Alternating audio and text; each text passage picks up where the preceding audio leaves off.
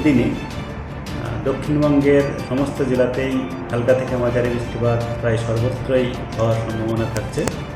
আর তার সঙ্গে আগামী দুদিনে বিশেষ করে আগামী 24 ঘন্টায় ভারী থেকে অতি ভারী বৃষ্টিপাতের সতর্কতা কিছু কিছু জেলায় রয়েছে। যেমন পূর্ব পশ্চিম মেদিনীপুর জেলাতে ভারী থেকে অতি ভারী বৃষ্টিপাত, আর ভারী বৃষ্টিপাতের সতর্কতা রয়েছে উত্তর দক্ষিণ 24 পরগনা, কলকাতা, হাওড়া, হুগলি, বাঁকুড়া, ঝাড়গ্রাম, পুরুলিয়া, পূর্ব বর্ধমান জেলাতে।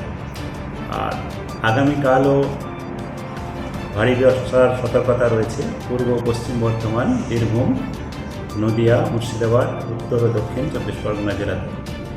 তারপরে দক্ষিণবঙ্গে বৃষ্টিপাত কেবলমাত্র হালকা থেকে মাঝারি থাকার সম্ভাবনায় থাকছে, ভারী বৃষ্টিপাতের সতর্কতা নেই। আর উত্তরবঙ্গে যেটা রয়েছে সেটা উত্তরবঙ্গে প্রায় সমস্ত জেলাতেই হালকা থেকে মাঝারি বৃষ্টিপাত অনেক জায়গাতেই হবে আগামী 3-4 দিনে। আর 1-2 জায়গায় করে ভারী বৃষ্টিপাতের সম্ভাবনা রয়েছে, যেমন দার্জিলিং, কালিম্পং, জলপাইগুড়ি আগামী 24 ঘন্টায়, জলপাইগুড়ি, আলিপুরদুয়ার, কালিম্পং, মালদাতে পরের দিন। আর উত্তরবঙ্গে বৃষ্টিপাত আগামী 3-4 দিনের প্রায় সর্বত্রই হালকা থেকে মাঝারি আর 1-2 জায়গায় করে ভারী বৃষ্টিপাত হবে। কিন্তু 2 তারিখ থেকে 2 থেকে 4 তারিখের মধ্যে উত্তরবঙ্গে বৃষ্টিপাতের পরিমাণ আরও বাড়ার সম্ভাবনা রয়েছে, যেখানে ভারী থেকে অতি ভারী বৃষ্টিপাত মূলত আমাদের উত্তরের 5টা জেলা দার্জিলিং, কালিম্পং, জলপাইগুড়ি, আলিপুরদুয়ার, কুচবিহার, দার্জিলিং, কালিম্পং, জলপাইগুড়ি, আলিপুরদুয়ার, কুচবিহার এই 5টা জেলাতে ভারী থেকে অতি ভারী বৃষ্টিপাতের সম্ভাবনা থাকছে 2 থেকে 4 আগস্টের মধ্যে।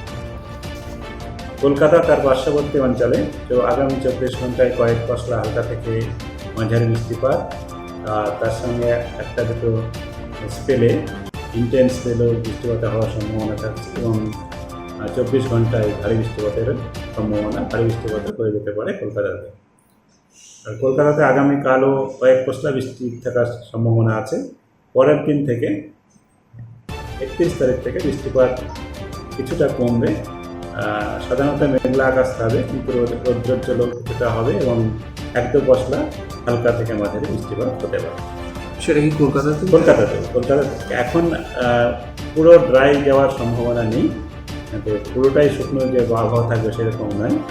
বৃষ্টিপাতের পরিমাণ কমবে, কিন্তু হালকা থেকে মাঝারি বৃষ্টিপাত কিছুক্ষণের জন্য, দিনের কিছুক্ষণের জন্য বা রাত্রে কিছুক্ষণের জন্য হয়ে যেতে পারে। মৎস্যজীবীদের জন্য না, মৎস্যজীবীদের জন্য আপাতত কোনো সতর্কতা নেই, কারণ আমাদের এখন যেটা বৃষ্টিপাতের মূল কারণ সেটা হচ্ছে আমাদের দক্ষিণবঙ্গের উপরে বাতাসের উপরিভাগে একটা ঘূর্ণিবার্তা রয়েছে, তার সঙ্গে মৌসুমী অক্ষরেখাও আমাদের উপর দিয়ে রয়েছে, যেটা আমাদের বাঁকুড়া থেকে দীঘা, তারপরে বিয়ে আমাদের বঙ্গোপসাগরে যাচ্ছে আমাদের এই দিনের মধ্যে দিয়ে।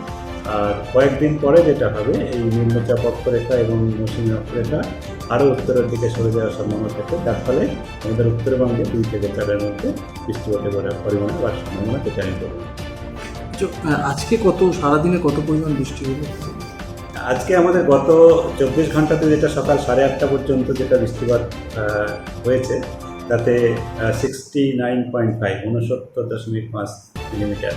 আর বৃষ্টিপাত যেটা আমাদের কলকাতাতে সিজনাল, মানে জুলাই মাস আর সিজনাল মানে হচ্ছে প্রথম জুন থেকে আজকে 29শে জুলাই পর্যন্ত কলকাতাতে বৃষ্টিপাত টোটাল হয়েছে 835.1 মিলিমিটার, 644.9 স্বাভাবিক হয়, তা 29% বেশি আছে। আর শুধু যদি আমি জুলাই মাস দেখি, তাতে জুলাইয়ে এবার আমাদের কলকাতাতে বৃষ্টিপাতের পরিমাণ অনেকটাই বেশি, যেটা অত্যন্ত অধিক রেঞ্জের মধ্যে আসে, মানে 64% বেশি হয়েছে স্বাভাবিকের থেকে। 593.6 মিলিমিটার হয়েছে, 362 স্বাভাবিক হয় এবং বেশ গত কয়েক বছরের থেকে এই বছরের বৃষ্টিপাতের পরিমাণ এটা বেশি রয়েছে। আকাশ পরিষ্কার হবে কবে থেকে বললেন? আকাশ তো আপনার বর্ষাকালে তো আকাশ পরিষ্কার তো সেরকম, যদি বর্ষা ভালো হয়, এবারে তো আমাদের প্রথম থেকেই বলা হয়েছে এবারে দক্ষিণবঙ্গে বিশেষত বর্ষা ভালো থাকবে, স্বাভাবিক বা স্বাভাবিকের থেকে বেশি বৃষ্টিপাত হবে। সেক্ষেত্রে তার মানে হচ্ছে যে বৃষ্টিপাতের পরিমাণটা যদি বেশি হতে হয়, তাহলে বৃষ্টিপাত প্রায় দিন বেশিরভাগ দিনই হতে হবে। তো সেক্ষেত্রে আকাশ যেটা পুরো আকাশ যেটা আপনি পরিষ্কার বলতে, সেরকম হওয়ার সম্ভাবনা খুবই কম থাকে। তবে হ্যাঁ, রৌদ্রোজ্জ্বল যেমন কয়েকদিন আগে রৌদ্রোজ্জ্বল আবহাওয়া প্লাস তার সঙ্গে এক দু পশলা বৃষ্টি এরকম হবে। এখন যেমন আমাদের এই যে আজ আর কাল বেশিরভাগ দিনের বেশিরভাগ সময়তেই মেঘাচ্ছন্ন আকাশ থাকছে, সেটা কিছুটা কমবে।